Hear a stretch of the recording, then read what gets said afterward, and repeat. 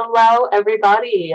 Welcome to our final talk for the day. I'll be moderating this conversation for our fireside chat with Ebonie Smith. Ebonie Smith is a Grammy-winning songwriter, producer, engineer, was just recently featured in Forbes, and overall is an incredible music executive. So without further ado, I want to bring Ebonie Smith and welcome her to Measure of Music. Ebonie, welcome. Oh, you are muted. There we go. Glad to be here. Thanks for having me. Really appreciate it. I've read so much about you. I am just incredibly impressed with your background. I'm incredibly impressed with how much you've accomplished so far. So what I want to talk about to start off with is I really want to talk a bit about how you got your start in the music industry. You know, I know you have a master's from NYU in music tech, a bachelor's in Africana studies from Columbia University, and then you've been an in-house engineer at Atlantic for 10 years now. But how did it all get started? Pretty much, as far as my career, Atlantic was actually my first job in the music business, my first official job working for a label. Before that, I spent about 10 years in school. So I was only about 3 years out of school when I started at Atlantic. So I did about 6 years of schooling. So there's 6.5. So I did 4 years at Barnard College at Columbia University. Then I did 2.5 years at NYU. And after that, there was, working odd jobs and, trying to be very entrepreneurial about music making, working out of my home, set up a home studio where I was recording artists. And I would, have artists come through in 4-hour chunks. And, that was a really great learning time for me because the goal for each of those 3-hour sessions was to make sure each artist left with something. And we were able to do something productive recording wise. And so I had to learn very quickly how to maximize my time. I began, working that way independently after college. Amazing. And that topic of productivity is something we're going to talk about more because I love that running theme in your experience. Yes. But before we get over to that, I want to talk about why we call this panel Breaking the Sound Barrier. Besides it being a lovely pun that I came up with, I think it's really interesting because you've managed to do that. And what I mean by that is, there's a recent USC study that found that only 2.8% of producers in the music industry are female, which is a wild stat to say out loud, but you've managed to be one of those 2.8%. So barriers have been there, barriers to entry, barriers to remain, barriers to progression.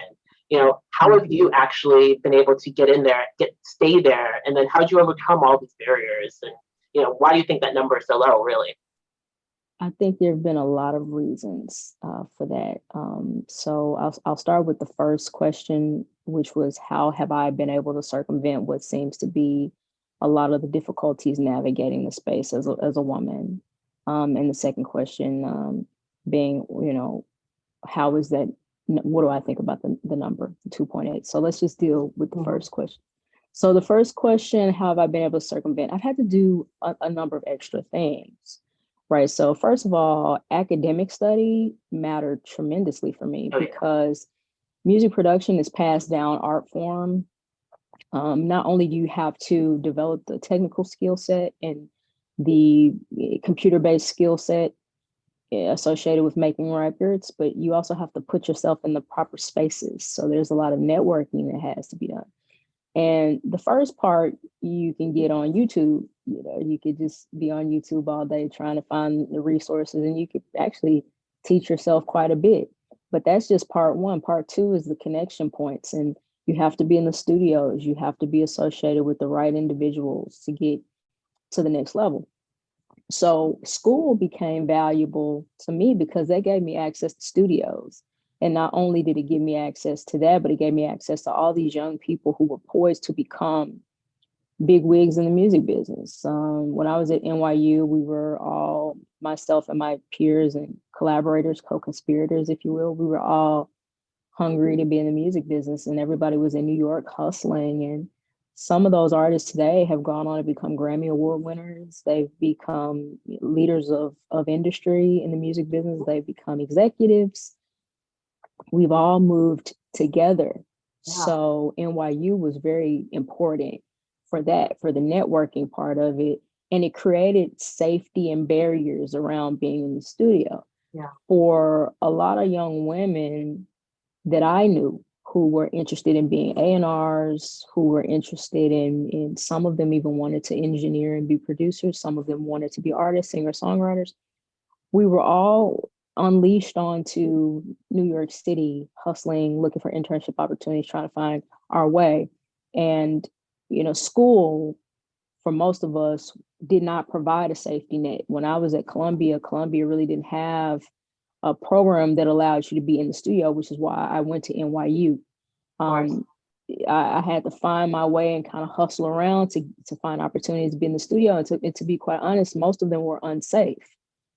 Mm-hmm. And quite a few of my friends actually abandoned careers in music because of the sexual harassment, because of quite a few situations that they came upon in music where they were taken advantage of emotionally, mentally, sexually, and so forth and so on.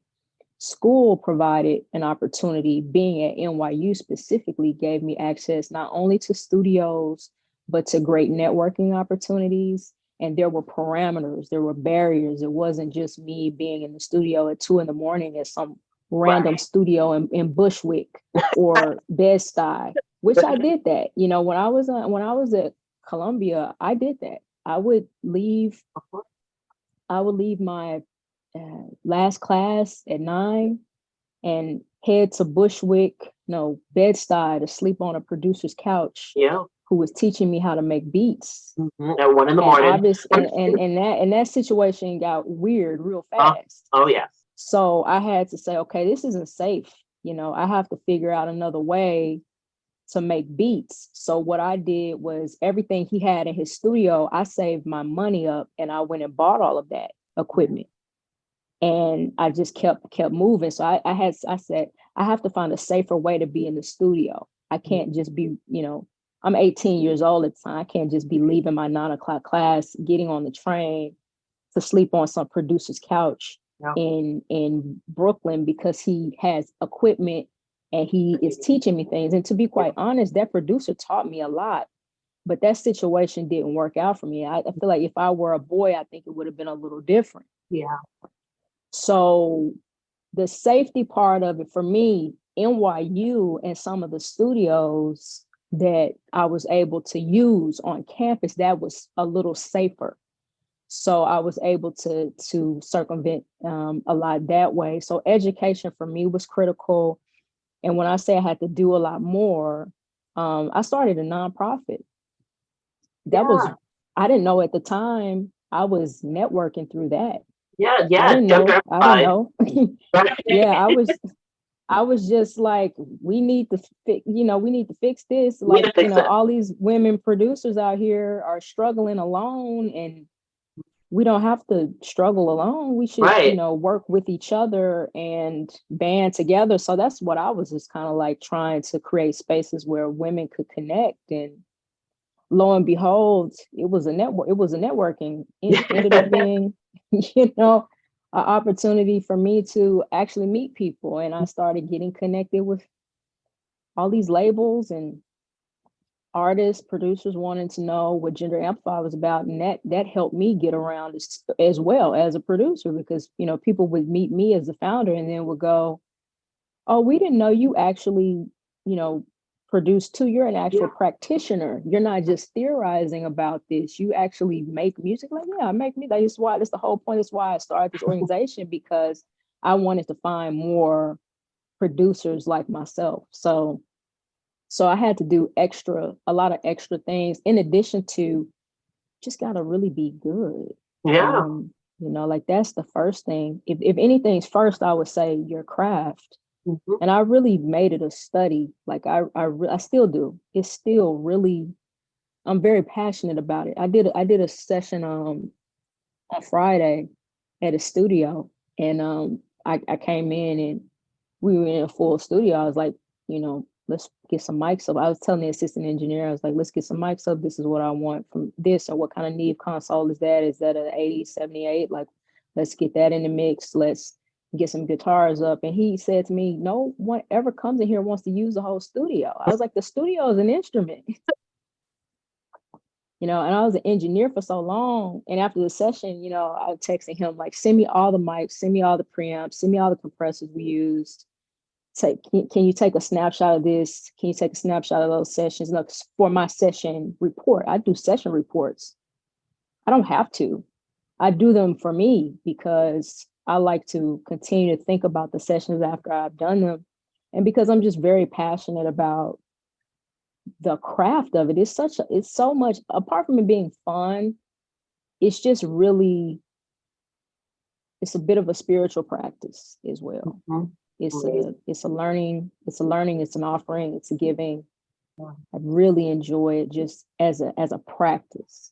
Yeah. And then there's the industrial part of it, which is pertaining to being able to be commercial and make money and have a job, but that's really secondary. I would do it if I didn't get paid for it. Secondary part of it is making money. Now let's get back to this 2.8. So as it pertains to women and non-binary folks, the 2.8 is a number that comparatively, it always seems dismal, a bit unbelievable. And that's understandable.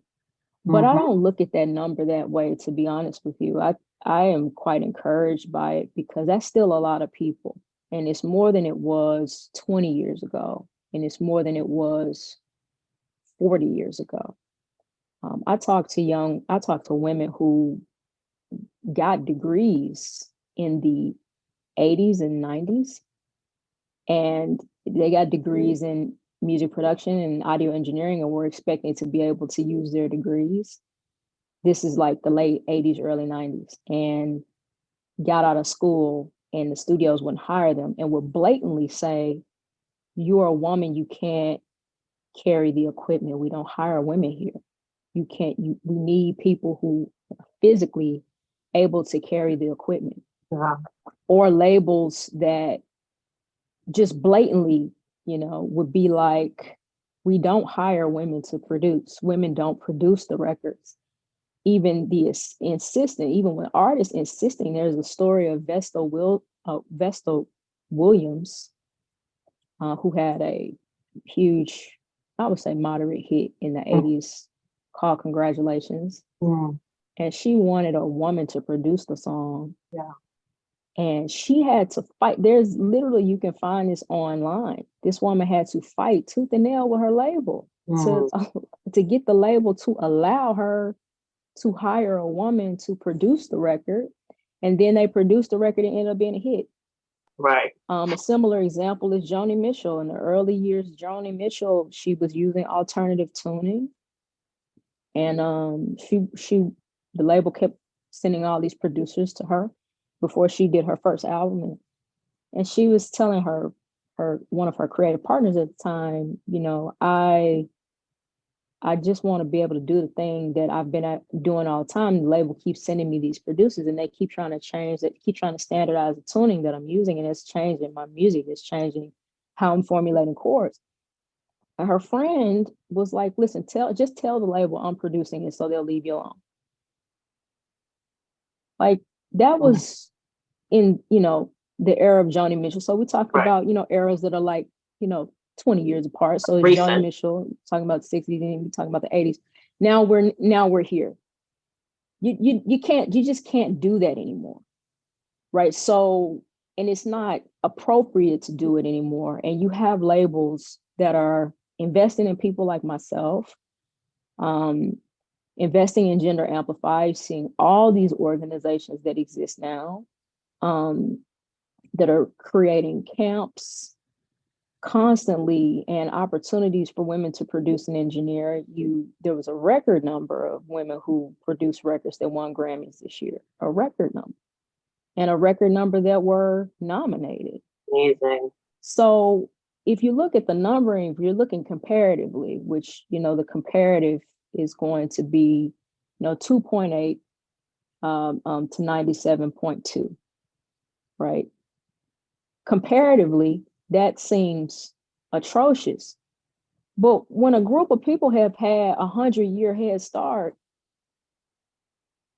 then it kind of makes sense. Yeah.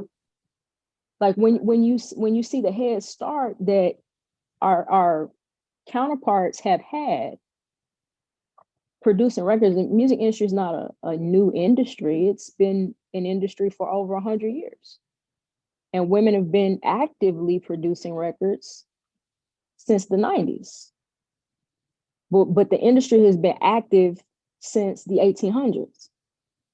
So we have to think about it that way too. And as far as just in the last 10 to 15 years, you've seen this uptick in women who produce. And the question I pose to people all the time is, can you say their names? Well, if you can't say their names, then you're part of the problem. Right. If I ask you name 2 women producers, all you do is go Missy and then scratch your head, then you're part of the problem. Because it's so many out there that are doing excellent work. And on the indie level, but also at the major label level, I can name at least 7 or 8 right now. At the major level, I'm talking about working with Beyonce and Taylor Swift. Huge records are winning. A producer producer of the year is a woman based out of Canada for the Junos. The producer of the year for the Junos last year was a woman. So it's happening. Yeah. The question is, are people paying attention? Right. Because it seems like folks have to jump, as my friend said, you got to jump off a box to get somebody to pay attention to you. You could be doing, all the things. Great work. And people will go, where are they at? It's like, oh, jumping off a box over here. Where are you? Right. Now, where am I? Like, I'm here. And unfortunately, a lot of these women have to do a whole lot. They have to do a lot. They can't just chill in the cut, do their work, and people will find them. So part of it is a marketing thing too. Now, don't get me wrong. I think that for as much music as we put out, I would like to see that number at 50-50 personally. I would love to, but I think we're gonna get there. I think it's inevitable. But I don't think that inevitability should be taken for granted. I think we should spend a lot of time thinking collectively about how we can get there in a decent amount of time, because I would hate for it to take 100 years. That seems ridiculous. Right. Because that's a lot of missed opportunity, because these producers that are, women who are producing, folks that are coming from non-traditional spaces who are producing, they have great expression. And so we don't want to miss out on that because somebody wasn't paying attention or they didn't get the call to work on the record. Because part of it is that too. It's just like, just some people are just not getting the calls, Definitely, completely agree. There's so much you talked about there that I wanted to just acknowledge there. Just one point where you're talking about like when you're experiencing university, it was like this idea of community, right? And I love when you started talking about like there all these people that were around you, and I think sometimes people forget that there's going to be 30 years plus of being in the industry and making those connections, keeping those connections incredibly important. And another area that you talked about was just like the power and the power of the degree. I always tell people, having a degree is not an absolute mandatory thing in the music industry, but there is a lot of value that comes out of it. And just pointing out that safe space that you had was incredible, because the alternative of being 2 a.m. and a neighborhood that you're not familiar with by yourself as a woman, having that space to go to, it sounds like it's incredibly valuable and great for your experience. So that's incredible to hear, really. And you talked a bit about Gender Amplified, and I really want to get a little bit more into that. Part of the Gender Amplified initiative is around mentoring. Can you talk about why mentoring is so important and why you incorporated that into Gender Amplified? Absolutely. The mentorship is critical because, like I said before, being great in music production has a lot to do with apprenticeship. There's as much as you can go on YouTube and learn the nuts and bolts, as far as engineering or even beat making, the element of being in the studio with an artist is, you can only get that being in the studio with an artist, right? So Right. a lot of times having a mentor that can help you along the way, especially on the business side, right? Creatively, you can get very far, but this music is business. This business is music and business. It's not just about the music. You could be the best creatively in the world and nobody knows who you are because your business isn't right. And I think what makes the difference between the producers that we know and that we see as driving the industry is business more than it's music. 100%. So the mentorship on the business side is you cannot skip on it. You cannot skip on it because it'll cripple your career. No, that makes total sense. And I think it's really a good point to make when people are thinking about it, because obviously if you're thinking, yeah, I'm just going to be a producer, I don't need to know about how the industry works per se. That's how you get stuck. That's how you get trapped. That's how you end up in a contract you weren't expecting, all kinds of other things. You don't understand how the business actually works. All right. So another thing I wanted just to touch on. So you talk about starting Gender Amplified.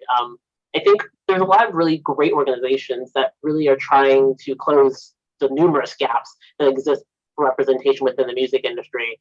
But very similar to what we were talking about before, where it's like people are jumping off boxes, they're raising their hand saying we're here, and no one's doing anything. How do you think the industry, like the music industry as a whole, could work better with organizations like Gender Amplified to actually help improve and incorporate them into the representation and diversity plans? I think corporations have one responsibility, and that's to productize some form of merchandise and bring it to market, and to do that effectively.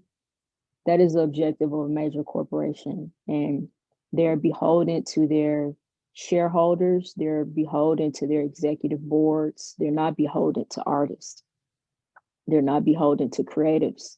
Yeah. And that's across industries. It doesn't matter if it's the music business or not. It's, you could go to the beverage industry at Coca-Cola and you see the same thing. The difference between a Sprite or a Coke and whatever products the music business is putting out is that those products are underpinned by the human element. Or we're not just selling people. We're not just selling products. We're selling people as brands, right? People as brands, and their catalog of work, their intellectual property, we are representing that in the marketplace, right? So what can get lost in the sauce and lost in the conversation is those people. So I think when a corporation, whether you're talking about Warner Music Group, Sony Music Entertainment, or Universal Music Group, and their various other business and subsidiaries that make up the bulk of the major music industry, from the label side and the publishing side and so forth and so on. What they can do, where I feel like organizations like Gender Amplified become important, is that we're small enough and nimble enough to bring a focus back to people in a way that can ultimately service them, right? So a major label may be completely focused in on a certain number of releases and bringing to market what they know will work, and standardizing a set of processes around making records, which is why they may go to the same handful of producers all the time. Right. because they It's a know system, right? it's a system. There's Yep. a formula that they really can't mess with because of what they can't experiment with as much as you would think. When the cash crop in the music business is recorded music, you're not talking about a diversified industry. They sell records. That's the bulk of what they do. So they want to have the manufacturing process down as much as they possibly can. But gender amplified, that's not our business model, right? We can do the experimenting. We can play around a little bit and identify new ways, new business practices, right? So I think we can be useful to the music business as auxiliary agents for change, um, that allow us to go out there and hunt for producers that maybe no one's looking for, or even play around with different types of records that we can take to marketplace ourselves with a little bit of independent support and distribution support to just kind of test the waters, a little bit of marketing support to see if something bubbles, right? It's almost like R&D or Xerox Park, or just, deputizing us to do the work that they can't really do in-house necessarily, but can partner with us almost as a consultancy to see what comes of it, right? If we give you so much money, can you take something to market and make it work, building from a system that is foreign to us, right? Building from a set of practices that we can't necessarily immediately adopt, but we could allow you to incubate and potentially adopt. And if something works, then, if a set of producers work, or if a type of record works that we, is too avant-garde for us, or maybe too experimental, too in a space that's outside of our wheelhouse, then we can actually service it, if it starts to bubble. As they say in the music business, we can upstream it if something works. Yeah. And I think that's something that Warner Music Group has unofficially done with me and Gender Amplified that I think is valuable, that I think all the labels should be doing. I think She Is the Music has a similar relationship with Universal Music Publishing. There's enough of this kind of happening organically, but I think it should be more institutionalized across the industry. Yeah, so formalized rather than it being like a handshake deal, right? Mm-hmm. Amazing. Well, that's really excellent, like initiatives you've been working on, and how you've incorporated it into like the traditional industry. And yeah, I agree. And just seeing more of that, the agreements that are just like not really on paper, making those formal. It's that's the next step. It feels like to make it a thing. Make it actually happen. Make it be consistent. So speaking a bit about your relationship with Warner, and you've been working with Atlantic for some time now. So you've received Grammy certificates for your work on the original Broadway cast recording of Hamilton. You worked on Cardi B's album Invasion of Privacy. You worked on Janelle Monáe's album Dirty Computer. You're just naming all my favorite albums right now. You worked with artists like Charlie Puth, Lauryn Hill, The Roots, Zoe Kravitz, and so much more, right? Like, what is your job as a producer in a studio with like an A-list artist and A-list production like this? What does it actually look like? And like, what does behind the scenes of the job actually look like? Some things that people may not realize about what the job really entails. Mm-hmm. The more and more I've been producing, all the credits that you mentioned are engineering credits for me, which is a different role than a producer. The more and more I've been producing records, I realize I'm constantly updating my definition of what that actually means and what my responsibility is as a producer. And the more records I'm producing, I realize that the producer is kind of like a coordinator. It's a coordinator of humans, and all of my technical skill set bends to that. Unfortunately, I can jump in and do whatever is necessary whenever, right? I can play the instruments if I need to play them. I can hire another musician to play them. I can record the session if I need to record it. I can hire an assistant engineer to do that if I need to, right? But I have to manage the production of the record, whatever is needed and whatever will maximize efficiency. That is what I'm constantly working on. And there are a lot of things that have to be managed all the time. And I find myself doing a little bit of all of it Yeah. I'm communicating with the engineers. I'm thankful that I have such a great engineering foundation because it helps things go so much faster. Yeah, I definitely. was working with an artist the other day, and I came to the session with I have a bag that I keep that has cables organized, additional cables that I might need, adapters that I might need. She was like, I feel like you have everything in this bag. And it's because as an engineer, I have to be a step ahead. If I'm at the studio and the studio doesn't have a capo, Right. I You can't, can't lose I chords. can't, so we can't do the guitar part because they don't have a capo. No, like I need a capo. Like, but that's an engineering thought. That's what an engineer is going to be thinking. That's not necessarily something that the songwriter is going to be thinking. Of course. But I have to have everybody covered at all times, whether I'm engineering or producing, whether I'm writing the charts, or maybe I have somebody in the session that's going to write the charts. And I specifically know that I'm not going to have time to write any charts. Mm-hmm. So I need to have somebody there to do that. So little things I'm managing, I'm thinking through all the time so that the session doesn't get derailed by some unfortunate thing. I've seen sessions derailed because there wasn't a magic mouse in the studio and the engineer can only use a magic mouse. It's the craziest thing. So I made sure that I could, I could always do a session with the most basic mouse or the most complicated mouse. So I would never be, I learned how to play like the keyboard that is built into the MIDI keyboard built into the actual keyboard on the laptop or computer. So if the studio doesn't have a MIDI controller, I could still work. I just never wanted to be handicapped by anything. And that's the role of a producer, is to make sure the session stays on the rails. Yep. And to be able to jump in at any time with any skill, the most basic skill or the most complicated skill, to make sure that the session stays on the rails. Yep. And I'm always, it's a pressure that I'm constantly getting used to. I don't know that, maybe you don't get used to it. I don't know. Yeah. But, wanting things to go smoothly and to get where you need to go without putting the pressure so that no one feels the pressure but you. Yeah. Everybody else should be able to just navigate it, unbeknownst to everything that is actually having to be moved around constantly.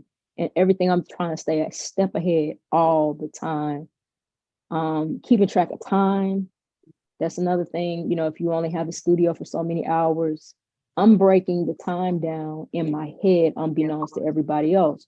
So if we're in the last 30 minutes of the session, well, let's say we're in the last 2 hours of the session, I know we need to get a vocal. If we don't have it, but I can't be like, okay, we need to get a vocal. Right? There are ways to communicate with an artist so that they don't feel pressure. Right. There are ways to say things so that they don't feel, overwhelmed, any type of pressure or overwhelmed, because that is the number one thing that will derail a session. Don't kill creativity. That's gonna kill feels pressure. Right. But I'm usually working for a couple people. Yep. So I'm working for the artist, but I'm probably being hired by the label. Right. You have stakeholders to worry about too, right? So I have to figure out how to get it done, even if the artist is trying to stall, because the label hired me. Right. So, there's a lot of negotiating of relationships. There's a lot of political negotiating that has to be done. There's a lot of creative awareness. I can play everybody's role. So I know what's necessary for everybody to be efficient at what they do. I can play the instruments. I can engineer the session. I can sing the song if I need to sing a song. So I know everything that everybody needs at all times, and to stay ahead of it, is, important to know how to do. And I enjoy it. The most satisfying part is when you lead a session and everybody's happy with what happened. Yeah. Of course. So Amazing. not about, it's not about being a people pleaser, but it is about trying to be effective and efficient and to go home with something. Yeah, definitely. That sounds like when you start talking, I was like, that's a project manager, right? Like that's getting Yeah. all the stuff done, right? You're making sure you're on top of everything that's going on, wrangling up the talent, wrangling up everyone and making it happen. I love that. But another thing that I heard there is you talking about, the pressure that you have, and I think something that we haven't spoken about too much yet that I think plays perfectly into this conversation is about intersectionality, right? Um, Basically every black and brown kid I knew growing up heard the phrase "you have to be twice as good to get half as far," right?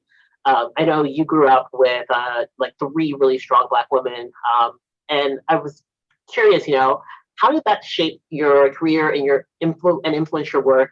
Sounds like you have this incredible work ethic, but how did that influence your work? Do you feel that you're able to bring your whole self to work, given all the different pressures that you're feeling when you're in the studio, probably working against huge names and huge talent? Okay, so as it pertains to like the question of you have to be, twice as good to get half as far, I never heard that growing up in my home. Mm, It's a lot of things my folks didn't put on me, and I'm thankful yeah, that they didn't. amazing. They just never, I didn't hear a lot of deprecating language at Mm, home. Like it was always do your best, mm, just do your best. Like, you know what your best is, yeah, and compete with yourself. yeah. I love You that. know, like I want to be, yeah, they just never, I'm trying to think of any time they just were always like, just be great, like do your best and enjoy it and have fun. Um, No, I yeah. love that. That's great. That's fantastic. Yeah, speaking of that though, Um, doing your best, I know you've mentioned, every day basically try to be the best version of yourself, right? Like what does mhm. the best version of Ebony look like?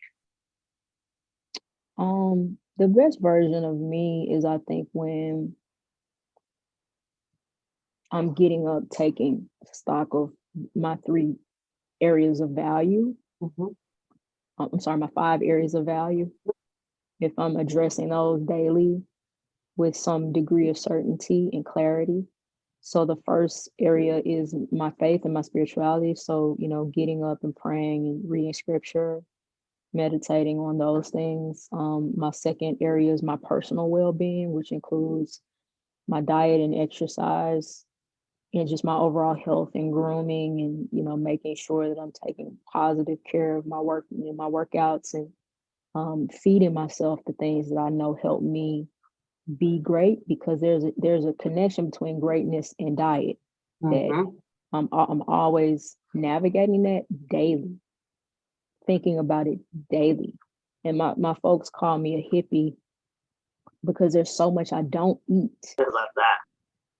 But it's because I am responsible for this body and it is never let me down. I think one of the core aspects of my success, and people should know, is the body I was given at birth. My body is a bit of a beast. Like there are things that I always kind of felt like should have taken me out, but in my knees, I played ball for so long, and my knees have kept me. And there are things that I can do. I look at my peers as similar in age, and they go, "How are you still able to do?" I'm like, I don't know, like just good genes, but also I've taken really good care of my body over the years. Drink a gallon of water a day. Amazing. And these are the type of things when I'm in the studio with artists, they're clocking these things. And I didn't Yeah. realize that I was just trying to, I'm just constantly just being me all the time. Yeah. So when you ask me, how do I bring my whole self? Like there are things about my personality that I can't not bring to Right. the studio. I was working with an artist the other day, got to the end of the session. I was starving. She's like, you just ate fruit and a salad this whole time and drank water and Yeah. you didn't eat any of the sweets. I was like, artists are noticing. They Yeah. notice how I live. Like it is not just about like me being able to make a beat. Like they are constantly looking at how I take care of myself. Yeah. And I do it for me so that I have a long life. But also I think it trickles down for sure into my work. And there are three other areas of like just my like value set. So there's my academic value set. So I'm always like studying and reading every day just to make sense of, sometimes I'm reading nonfiction, sometimes I'm reading fiction, maybe I'm just reading the Financial Times, right? Or maybe I'm reading some sort of electronics manual associated with whatever work I want to do or need to do. I'm studying up on some sort of engineering thing that I forgot that I need to brush up on. But academically, I'm always studying. And then my professional life, obviously, is another of my values. And my last value is my my financial values. So always checking my bank accounts and looking strategically at how I'm spending my money, and also tithing and saving, managing debt and wealth, as a means of moving towards wealth, and things like that. Keeping my credit score up, like things like that, just always kind of managing those things. So, in terms of a day, like what my best days look like are days when I'm addressing all 5 of those areas. And I'm cognizant of all of those things. And I feel like, okay, I crushed it today in all 5 areas, because it is a daily practice. Like my first responsibility is not to any industry, it's to me.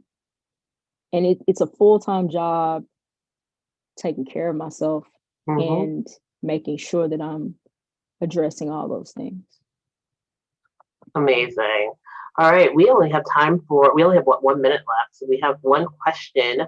I think this encompasses a couple of people's questions in a bit of a way. So really, basically, what advice would you give to people that are looking to get started, behind the scenes in producing or in engineering? What would if you had to go back to tell yourself when you were first starting, what would you say, basically? Just start.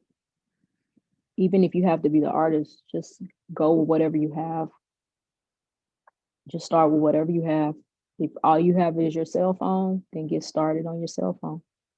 Because there's a lot of people that make records on their phones, and good ones too. So whatever you have, just start with that and get started. I love that. What a wonderful piece of advice. What a wonderful chat, Ebonie. Really appreciate the time. It was wonderful to get to know you over these last couple of minutes. Hopefully everyone else enjoyed the conversation too. We had some great chatter in here, as well as great chatter in the live stream about it. So I want to say thank you again so much for your time, Ebonie. I really appreciate it. Of course. Thank you for having me. Glad to be here. Thank you. Bye, Ebonie.